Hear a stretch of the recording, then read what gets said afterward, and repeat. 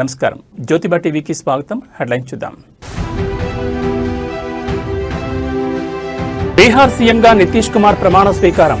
కార్యక్రమానికి హాజరైన ప్రధాని మోడీ ఎన్డీఏ సీఎంలు.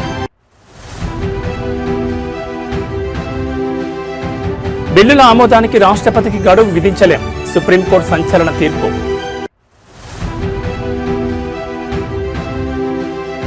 అనిల్ అంబానీకి మరో భారీ షాక్. నవీ ముంబై, చెన్నై, పుణె, భువనేశ్వర్లోని ఆస్తుల అటాచ్.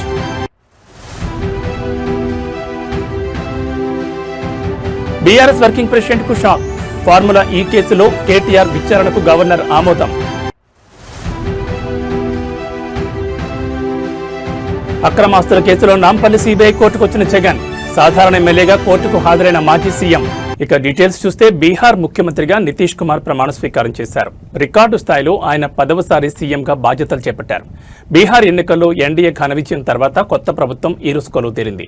పాట్నా గాంధీ మైదానంలో జరిగిన కార్యక్రమానికి ప్రధాని నరేంద్ర మోడీతో సహా కేంద్ర మంత్రులు అమిత్ షా హాజరయ్యారు. ఎన్డీఏ ముఖ్యమంత్రులు, డిప్యూటీ సీఎంలు దేవేంద్ర ఫడ్నవీస్, ఏక్నాథ్ షిండే, చంద్రబాబు నాయుడు, యోగి ఆదిత్యనాథ్తో పాటు ఇతరులు హాజరయ్యారు. సీఎం నితీష్ కుమార్తో పాటు డిప్యూటీ సీఎంలుగా సామ్రాట్ చౌదరి, విజయ్ సిన్హాలు బాధ్యతలు చేపట్టారు. ఇటీవల జరిగిన ఎన్నికల్లో ఎన్డీఏ కూటమి భారీ విజయం సాధించింది. 243 సీట్లలో ఏకంగా 202 స్థానాలు కైవసం చేసుకుంది. బీజేపీ 89 సీట్లు, జేడీయూ 85 సీట్లు, చిరాగ్ పాస్వాన్ పార్టీ 19 సీట్లు, జీతన్ రామ్ మాంఝీకి చెందిన హెచ్ఏఎం పార్టీ ఆర్ఎల్ఎం మిగిలిన స్థానాల్లో విజయం సాధించాయి. మరోవైపు ప్రతిపక్ష ఆర్జేడీ కాంగ్రెస్ కూటమి కేవలం 35 సీట్లకు మాత్రమే పరిమితమై ఘోర పరాజయాన్ని చవిచూసింది. नीतीश कुमार सत्यनिष्ठा से प्रतिज्ञा करता हूं कि मैं विधि द्वारा स्थापित भारत के संविधान के प्रति सच्ची श्रद्धा और निष्ठा रखूंगा। मैं भारत की प्रभुता और अखंडता अक्षुण्ण रखूंगा। मैं बिहार राज्य के मुख्यमंत्री के रूप में मैं अपने कर्तव्यों का श्रद्धापूर्वक और शुद्ध अंतःकरण से निर्वहन करूंगा तथा मैं भय या पक्षपात, अनुराग या द्वेष के बिना सभी सरकार के लोगों के प्रति संविधान और विधि के अनुसार न्याय करूंगा। मैं नीतीश कुमार सत्यनिष्ठा से प्रतिज्ञा करता हूं कि जो विषय बिहार राज्य के मुख्यमंत्री के रूप में मेरे विचार के लिए लाया जाएगा अथवा मुझे ज्ञात होगा, उसे किसी व्यक्ति या व्यक्तियों को तब से सिवाय जबकि ऐसे मुख्यमंत्री के रूप में अनेक कर्तव्यों के सम्यक और निर्वहन के लिए ऐसा करना अपेक्षित हो, मैं प्रत्यक्ष अथवा अप्रत्यक्ष रूप से संसूचित या प्रकट नहीं करूंगा। धन्यवाद. రాష్ట్రాల శాసనసభలు ఆమోదించి పంపిన బిల్లులను ఆమోదించే విషయంలో రాష్ట్రపతి గవర్నర్లకు గడువును విధించలేరని సుప్రీంకోర్టు స్పష్టం చేసింది. బిల్లుల ఆమోదానికి గవర్నర్, రాష్ట్రపతి గవర్నర్లకు గడువు విధించలేమని తెలిపింది. బిల్లుల ఆమోదానికి గవర్నర్కు కాలపరిమితి లేదని, అదే సమయంలో గవర్నర్లు అపరిమిత అధికారాలను వినియోగించలేరని స్పష్టం చేసింది. రాష్ట్రపతి గవర్నర్లకు న్యాయస్థానం గడువు విధించడంపై రాష్ట్రపతి ద్రౌపది ముర్ము సంధించిన ప్రశ్నలపై సీజీఐ జస్టిస్ బీఆర్ గవాయ్ నేతృత్వంలోని 5గురితో కూడిన సుప్రీంకోర్టు రాజ్యాంగ ధర్మాసనం గురువారం తీర్పు వెలువరించింది. ఈ సందర్భంగా గవర్నర్కు మాత్రం తాము సూచనలు చేయగలమని స్పష్టం చేసింది. బిల్లుల విషయంలో గవర్నర్కు 3 ఎంపికలు మాత్రమే ఉన్నాయని, బిల్లును ఆమోదించడం, రాష్ట్రపతికి పంపడం, బిల్లును తిరిగి అసెంబ్లీకి పంపడం మాత్రమే చేయాలని, ఇవి కాకుండా గవర్నర్కు 4 అధికారం లేదని స్పష్టం చేసింది. తమిళనాడు అసెంబ్లీ ఆమోదించిన బిల్లులను గవర్నర్ ఆర్ఎన్ రవి ఆమోదించకుండా సుదీర్ఘకాలం జాప్యం చేయడం పట్ల ఆ రాష్ట్ర ప్రభుత్వం గతంలో సుప్రీంకోర్టును ఆశ్రయించింది. దీనిపై విచారణ జరిపిన 2 సభ్యుల ధర్మాసనం బిల్లులపై గవర్నర్, రాష్ట్రపతి 3 నెలల్లోగా నిర్ణయం తీసుకోవాలని, లేదంటే అవి ఆమోదం పొందినట్లే పరిగణించాలని గత సెప్టెంబర్లో తీర్పిచ్చింది. ఈ తీర్పుపై రాష్ట్రపతి ద్రౌపది ముర్ము రాజ్యాంగ అధికరణం 143(1) ప్రకారం తనకున్న అధికారాన్ని వినియోగిస్తూ 14 ప్రశ్నలకు సుప్రీంకోర్టు సంధించింది. రాష్ట్రపతి అభ్యర్థన మేరకు విచారణ జరిపిన సర్వోన్నత న్యాయస్థానం ఈ కీలక తీర్పును వెలువరించింది.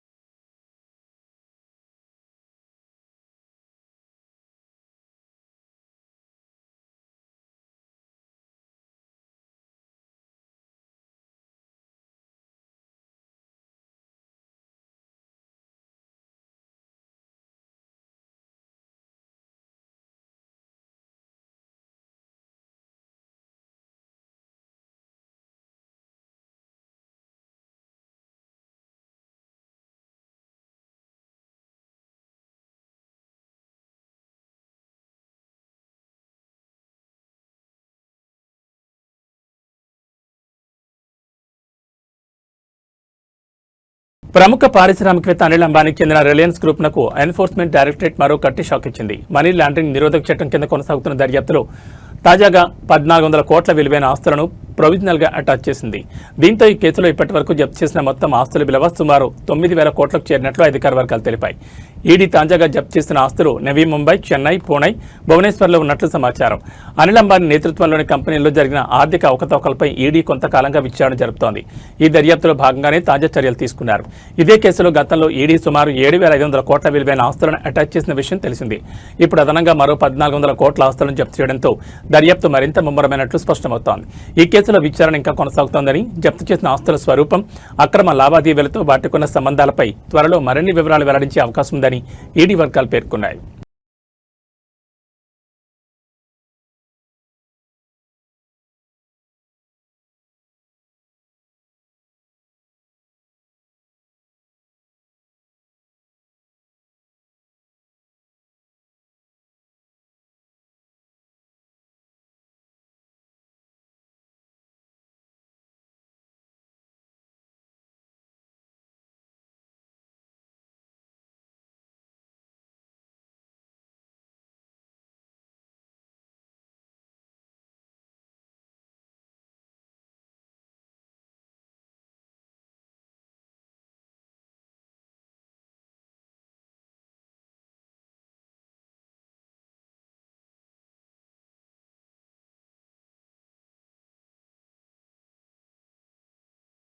తెలంగాణ రాజకీయాల్లో సంచలనం సృష్టించిన ఫార్ములా ఈ కార్ రేస్ కేసులో కీలక పరిణామం చోటు చేసుకుంది. ఈ కేసులో మాజీ మంత్రి బీఆర్ఎస్ వర్కింగ్ ప్రెసిడెంట్ కేటీఆర్ను విచారించేందుకు అవినీతి నిరోధక శాఖకి గవర్నర్ జిష్ణుదేవ్ వర్మ ఆమోదం తెలిపారు. ఈ మేరకు ప్రభుత్వం పంపిన ఫైలుపై ఆయన సంతకం చేశారు. కేటీఆర్పై విచారణకు గ్రీన్ సిగ్నల్ ఇచ్చారు. గవర్నర్ అనుమతి లభించడంతో కేటీఆర్పై అభియోగాలు నమోదు చేసేందుకు విచారణ చేపట్టేందుకు ఏసీబీ అధికారులు సిద్ధమవుతున్నారు. త్వరలోనే ఆయనకు నోటీసులు జారీ చేసి విచారణ ప్రక్రియను ప్రారంభించే అవకాశం ఉంది. విచారణ అనంతరం ఈ కేసులో ఛార్జ్షీట్ దాఖలు చేయాలని ఏసీబీ భావిస్తోంది. ఈ పరిణామంతో బీఆర్ఎస్ వర్గాల్లో తీవ్ర ఆందోళన మొదలైంది. మరోవైపు ఇదే కేసులో కీలక నిందితుడిగా ఉన్న సీనియర్ ఐఏఎస్ అధికారి అరవింద్ కుమార్ పై విచారణ కూడా ప్రభుత్వం చర్యలు వేగవంతం చేసింది. ఆయనపై అభియోగాలు నమోదు చేసేందుకు అనుమతి ఇవ్వాలని కోరుతూ రాష్ట్ర ప్రభుత్వం కేంద్ర సిబ్బంది శిక్షణ వ్యవహారాల శాఖకు లేఖ రాసింది. కేంద్రం నుంచి అనుమతి రాగానే అరవింద్ కుమార్ పైన ఏసీబీ అభియోగాలు నమోదు చేయనుంది.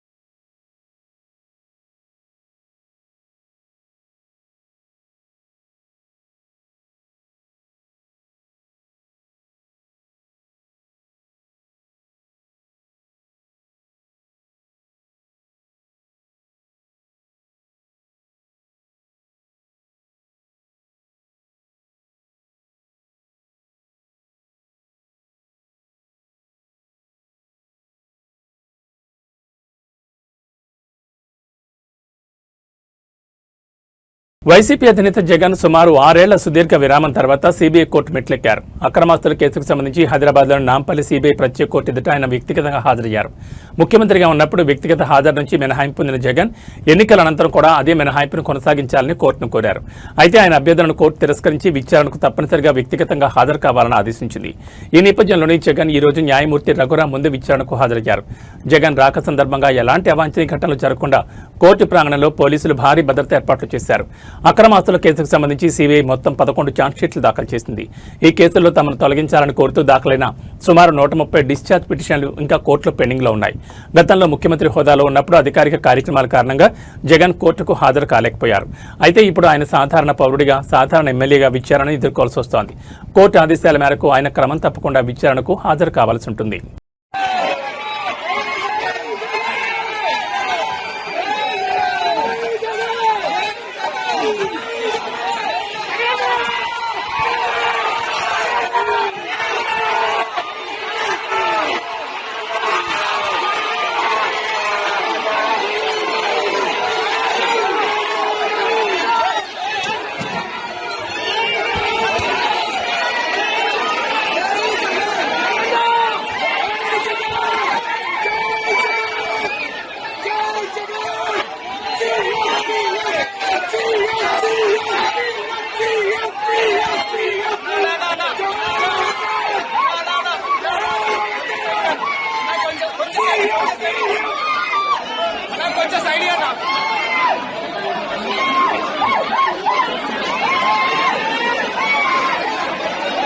తెలుగు రాష్ట్రాల్లో సంచలనం సృష్టించిన ఐబొమ్మ పైరసీ కేసులో ప్రధాన నిందితుడు ఇమంది రవిని నాంపల్లి కోర్టు 5 రోజుల పోలీస్ కస్టడీకి అనుమతించింది. సైబర్ క్రైమ్ పోలీసులు వాస్తవానికి వారం రోజుల పాటు కస్టడీ కోరగా న్యాయస్థానం 5 రోజులకు మాత్రమే అనుమతించింది. కోర్టు ఆదేశాలతో దర్యాప్తు అధికారులు నేడు రవిని చెంచల్గూడ జైలు నుంచి తమ అదుపులోకి తీసుకోనున్నారు. ఈ 5 రోజుల విచారణలో పైరసీ నెట్వర్క్ సంబంధించిన కీలక రహస్యాలను ఛేదించేందుకు పోలీసులు సిద్ధమయ్యారు. ప్రధానంగా ఐబొమ్మ, బప్పం వెబ్సైట్లలో సినిమాలను అప్లోడ్ చేసే విధానం, సైట్ల నిర్వహణతో పాటు కంటెంట్ను నిల్వ చేయడానికి వాడిన సర్వర్ల సాంకేతిక వివరాలను రవి నుంచి రాబట్టడమే లక్ష్యంగా విచారణ సాగనుంది. సినీ పరిశ్రమకు తీవ్ర నష్టం కలిగిస్తున్న ఈ కేసులో రవి కీలక సూత్రధారి కావడంతో ఈ కస్టడీ విచారణలో మరిన్ని సంచలనాత్మక విషయాలు వెలుగులోకి వచ్చే అవకాశం ఉంది.